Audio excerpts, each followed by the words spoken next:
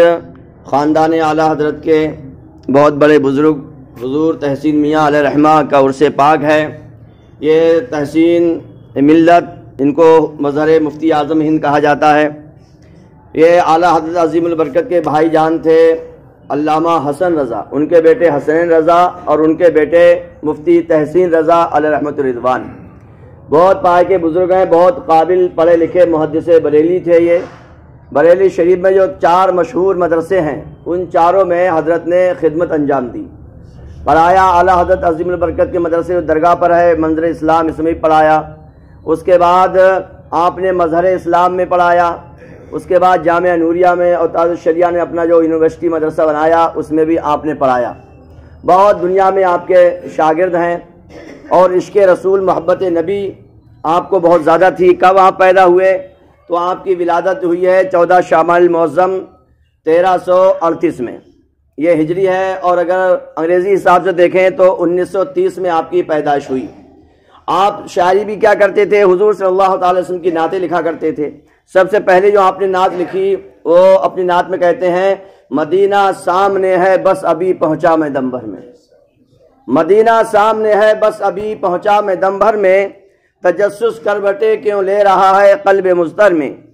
اور جس کو کہتے ہیں قیامت حشر جس کا نام ہے، جس کو کہتے ہیں قیامت حشر جس کا نام ہے، در حقیقت تیرے دیوانوں کا جشن عام ہے۔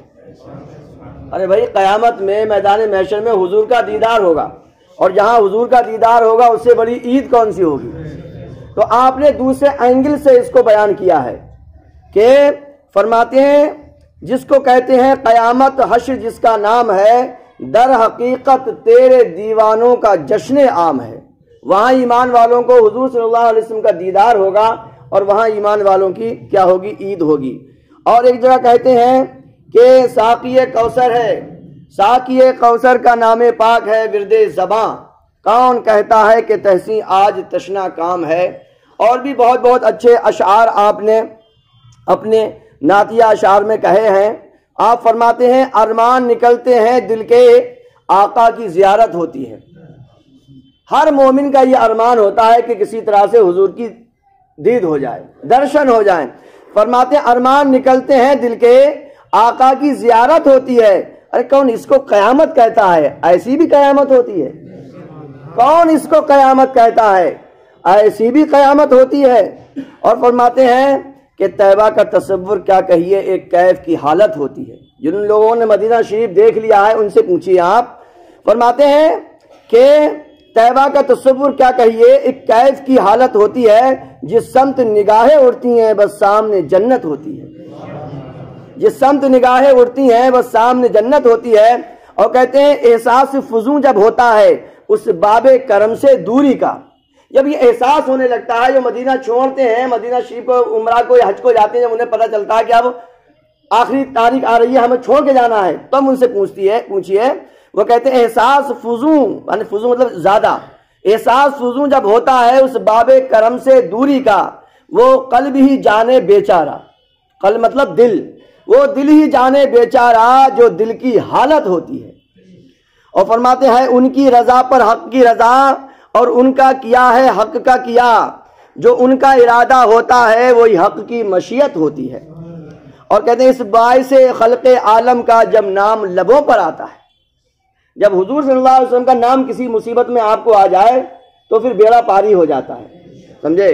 کہتے ہیں اس باعث خلق عالم کا جب نام لبوں پر آتا ہے، راحت سے بدل کر رہتی ہے جو کوئی مصیبت ہوتی ہے، یعنی خوشی میں بدل جاتی ہے مصیبت۔ اور کہتے ہیں کہ اس طیبہ کی بہار دلکش کا جب تذکرہ کوئی کرتا ہے، طیبہ کی بہار دلکش کا جب تذکرہ کوئی کرتا ہے، اس وقت مریض الفت کی کچھ اور ہی حالت ہوتی ہے، اس وقت مریض الفت کی کچھ اور ہی حالت ہوتی ہے۔ اور آخر میں کہتے ہیں مختار جہاں ہے وہ تحسین، مختار جہاں ہے وہ تحسین، جو مانگو ان سے ملتا ہے، مختار جہاں ہے وہ تحسین جو مانگو ان سے ملتا ہے۔ تقسیم انہی کے در سے تو، تقسیم انہی کے در سے تو کونین کی دولت ہوتی ہے، تقسیم انہی کے در سے تو کونین کی دولت ہوتی ہے۔ حضرت کا جو وصال ہوا وہ 18 رجب یعنی آج ہی کی تاریخ 1428 یعنی آج سے 1500 سال پہلے آپ مہاراشٹر گئے ہوئے تھے تبلیغ کے لیے، دین کا کام کرنے کے لیے، وہیں ایک سڑک حادثہ میں آپ شہید ہو گئے۔ اب حضور مفتی اعظم ہند نے بھی بڑی تعریف کی، اعلیٰ حضرت کے جو صاحبزادے تھے مادرزاد ولی، وہ بھی بہت تعریف کرتے تھے حضرت تحسین ملت کی۔ وہ کہتے تھے کہ حضرت حسنین رضا کے سارے بیٹے اچھے ہیں مگر تحسین رضا کا تو کوئی جواب ہی نہیں، اور فرماتے تھے کہ پورے خاندان میں مجھے 2 لوگوں پر بھروسہ ہے، ایک تحسین میاں پر اور ایک اختر میاں پر یعنی حضور تعالی شریعہ پر۔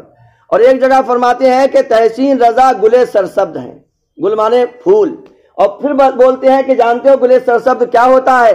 کہ جو مالی جب پھول توڑتا ہے اور سب سے اچھے پھول کو سب سے اوپر رکھتا ہے اسے گلے سرسبد کہا جاتا ہے۔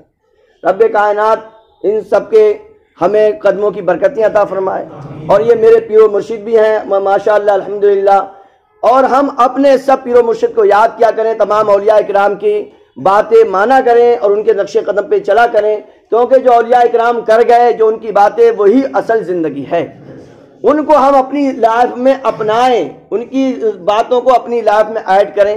سوال میرا بیان ہوا تھا وہ میں نے یوٹیوب پہ ڈال دیا ہے، یہ بھی انشاءاللہ ڈلا جائے گا، 3 مرتبہ قل هو اللہ شریف پڑھیے اور فاتحہ ہو جائے گی۔